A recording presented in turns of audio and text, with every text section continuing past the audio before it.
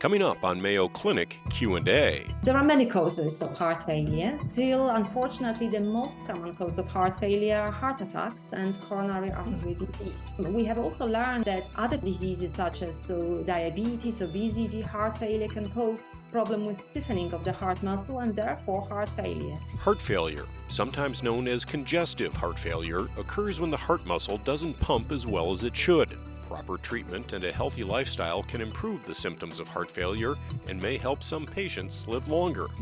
So we can, with a good lifestyle changes, reducing the body weight, having a good diet, exercising regularly, we can train our body to reduce the risk of diabetes, high blood pressure, heart attacks, and therefore decrease our risk of developing heart failure. And that's something that we can all work on. Welcome everyone to Mayo Clinic Q&A. I'm Dr. Helena Gazelka. You may think of heart failure as a disease of advanced age, but it can actually develop at any time in life. In many cases, heart failure can be prevented or treated, but there are risk factors and warning signs people might not be aware of. Here with us to discuss is Dr. Gosia Wamil, a cardiologist at Mayo Clinic Healthcare in London. I'm so delighted to have you here today. Can you first tell us what is heart failure?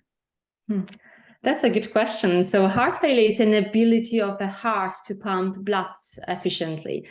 So the main function of heart as a pump is to pump, so to deliver the oxygen and nutrients to all the cells and organs. And in heart failure, the heart cannot do it in an efficient, normal way. Heart failure can result either from the problem with a weak pumping function, and we call it then heart failure reduced ejection fraction. And the other type frequently encountered is a heart failure preserved ejection fraction, when actually the pumping is within normal limits, but the heart is very stiff and there is a problem with relaxation between contractions. So that's a different second type, main type of heart failure. Initially, when there is a problem with pumping function of the heart, so the body tries to compensate. So there are different mechanisms that can be applied. And so the heart stretches, so becomes enlarged. The heart can also increase the muscle mass, so become thicker. Another very common mechanism is that the heart speeds up, so the pulse increases.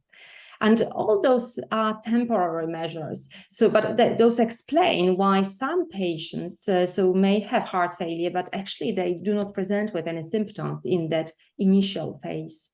This cannot last forever, unfortunately, and eventually it leads to development of symptoms. And this is when we diagnose heart failure. When you were describing the two types of heart failure, it reminded me that in medical school, I think we called those right and left-sided heart failure. True? So right and left-sided heart failure focuses our attention on where the pumping problem is. Right. It could be either in the main chamber of the heart, so the left ventricle, or the right side of the heart. And then this may be secondary to a problem, for example, in the lungs rather than in the heart. Mm-hmm. So heart failure reduced ejection fraction, preserved ejection fraction, so looks at something different. So it looks at the cause of heart failure. So is there a problem with the pumping function, or is there a problem with relaxation? So that type of terminology looks at the actual mechanism of developing those symptoms. Well, that's a great segue to my next question. I wanted to ask you, what causes heart failure? There are many causes of heart failure. So still, unfortunately, the most common cause of heart failure are heart attacks and coronary artery disease. And we have also learned that other diseases such as diabetes, obesity, heart failure can cause problem with stiffening of the heart muscle and therefore heart failure. There are other causes. So a problem with a valve, either narrowing or leaking valve, can cause heart failure. Problems with rhythm, so abnormal, faster rhythm of the heart can cause heart failure symptoms as well. There are other treatments, for example, treatment of cancers that can, as a result, lead to the development of problems with the pumping function of the heart. There are also rarer causes of heart failure. We call those cardiomyopathies, either inherited, associated with inheritance of an abnormal spelling mistake in a DNA, or acquired, which can be associated with actually a systemic disease that just happened to affect the heart as well. So there is a long list of causes of heart failure. And our role as cardiologists is to try to diagnose heart failure first, but then to understand the etiology and maybe find the cause that could be treated at its roots and improve the symptoms of patients. Gosia, we mentioned in the intro that there are some risk factors for heart failure that patients and individuals might not even be aware of. What are the risk factors? So this relates to the causes of heart failure. So all the risks of developing heart attack. So if we reduce those risks, if we improve the lifestyle, reduce the risk of diabetes, hypertension, stop smoking, this will reduce the risk of heart attacks, but at the same time will reduce the risk of heart failure. There are also another causes of heart failure, such as, for example, a viral infection that leads to myocarditis, so inflammation in the heart muscle. So trying to reduce the risk of infection. So we just went through a COVID pandemic, so reducing the risk of developing COVID infection, other viral diseases by using vaccinations can also reduce the risk of heart failure. Decreasing amount of alcohol that we drink, stopping using anabolic steroids. So those are things that we know that may influence our future and reduce the risk of developing symptoms of heart failure. In patients with cardiomyopathies, especially inherited type of heart failure, heart muscle disease, it's very important to seek medical attention early if there are cases of heart failure in the family, because we can these days offer not only genetic tests, but also comprehensive scans and investigations that will try, and we can apply some preventive measure to reduce the risk of future problems. How interesting. You had mentioned earlier that symptoms may be delayed due to the type or how the heart tries to compensate. So in medicine, we often talk about symptoms, which have a lot to do with what patients can feel and sense, and then signs, which are things that we as clinicians can see or measure. What are some of the symptoms of heart failure that individuals might experience even before they're diagnosed? So we probably the most common symptom of heart failure, breathlessness. And the type of breathlessness that patients would describe most often is inability to lie flat, waking up in the middle of the night, gasping for earth. People will describe swelling that developed around their ankles, in the lower limbs. Very frequently, patients will also notice that their abdomen got distended, they lose appetite, their tummy feels very bloated. So those are probably the most common symptoms that patients will report. But there are other symptoms, less frequent. Patients eventually will also develop fatigue, tiredness, may complain of low mood and depression. And those can also be the early signs of heart failure. In myocarditis, so inflammation of the heart muscle, we frequently see as an early sign palpitations, so irregular fast heartbeats.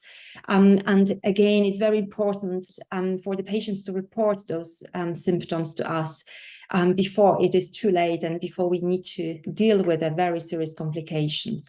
So there are very different presentations. And unfortunately, in some cases, we diagnose heart failure at a very late stage when they already develop significant problems and they present in an acute phase. So some patients will present with pulmonary edema, and they come to the hospital with acute breathlessness. They produce lots of sputum, which may have a pink discoloration. They are very, very unwell.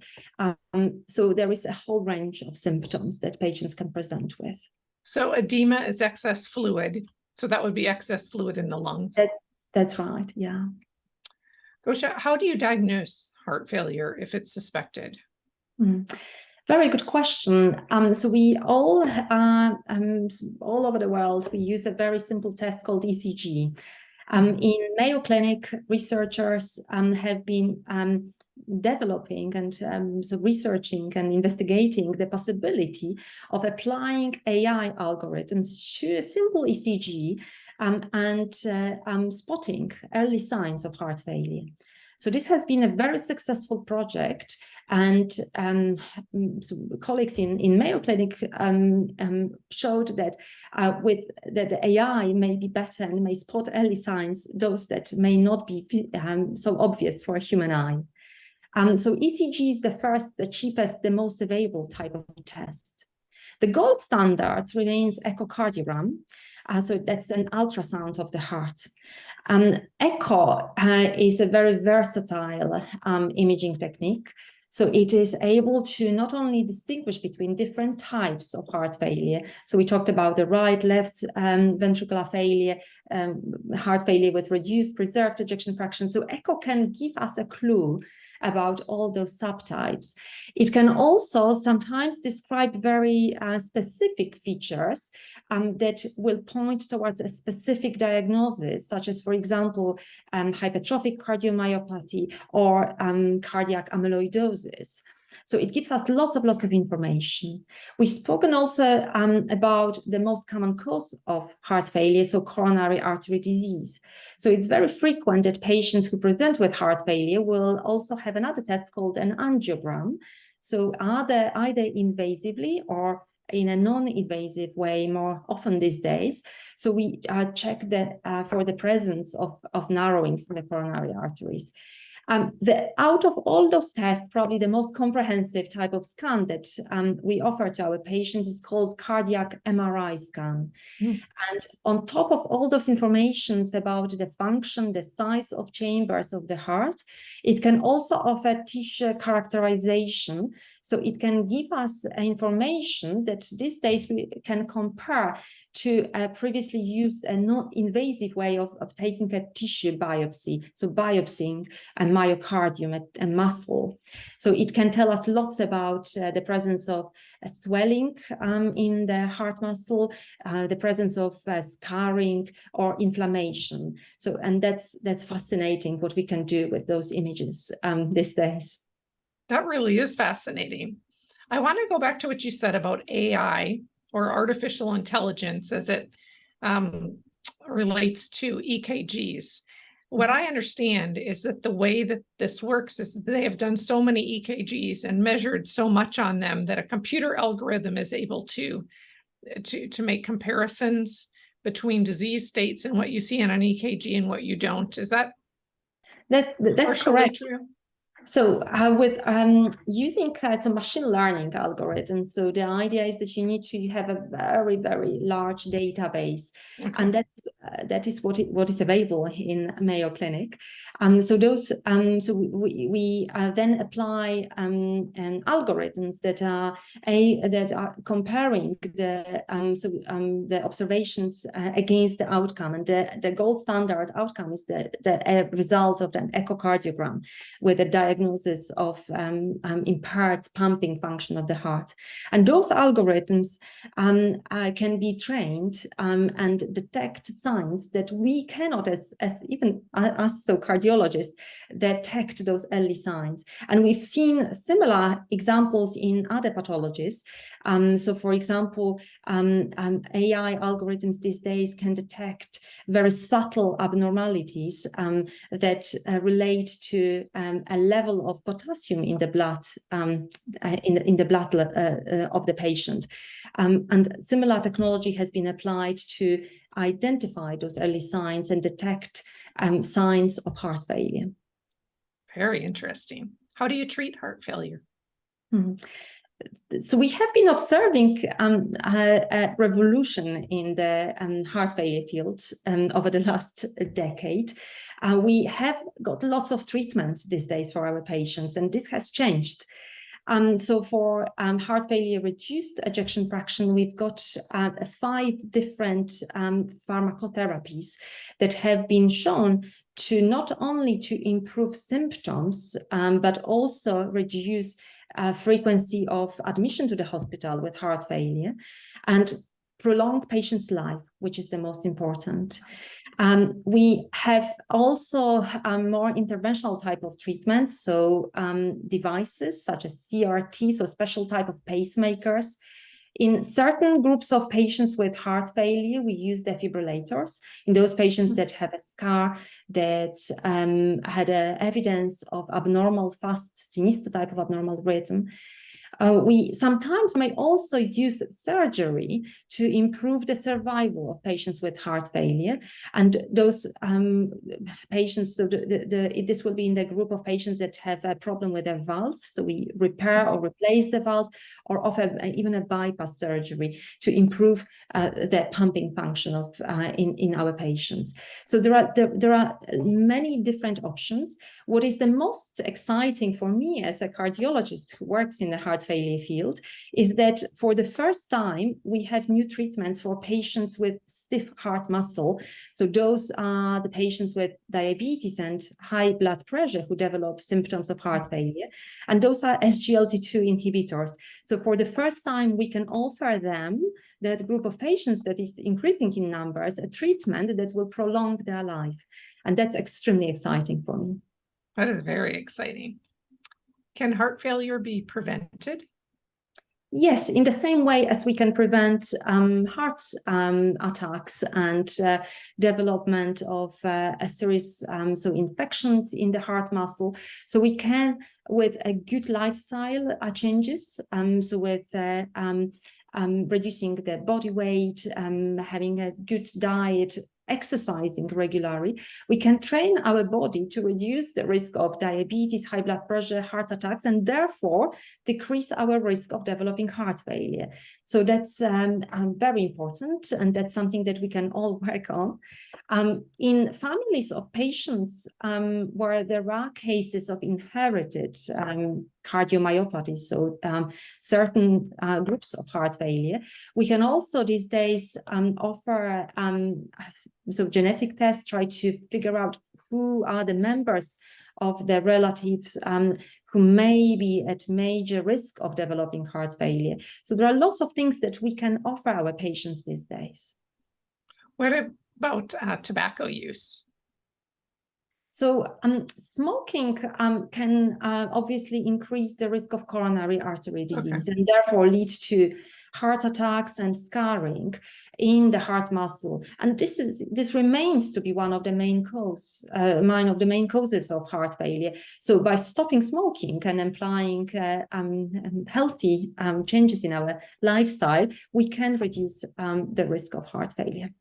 I had to ask you, Gosia, because pretty much everyone that we interview on Q&A says that you would be healthier if you didn't smoke. It seems universal. So I thought I'd get it in there.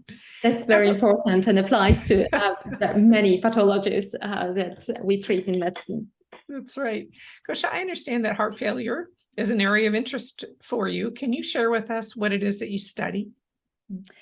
I have a particular research interest in the link of diabetes, high blood pressure, insulin resistance, and heart failure. There are 2 interests within my research. So one is the use of large databases such as randomized controlled trials, so electronic healthcare records, and applying so statistical methods, but also the new AI, so machine learning models and algorithms, and trying to identify with AI new ways how we can detect early signs of heart failure, risks of our patients with diabetes and hypertension, and prevent them in future. So that's one. The second area of my interest is, as you probably would guess, is the use of multimodality cardiac imaging. So echocardiography, cardiac computer tomography, and cardiac MRI, and new techniques within the new modalities that allow us to find new imaging markers that will help us in future to screen asymptomatic patients for early signs of heart failure. So that is the area that I'm very passionate about, and we have observed lots of new novel innovations in that side. That's wonderful. We're so glad that you are working on this topic. It affects a lot of people. Thanks for being here today, Gosia. Thank you so much for inviting me. Our thanks to cardiologist Dr. Gosia Wamil for being here today to talk to us about heart failure. I hope that you learned something. I know that I did, and we wish each of you a wonderful day.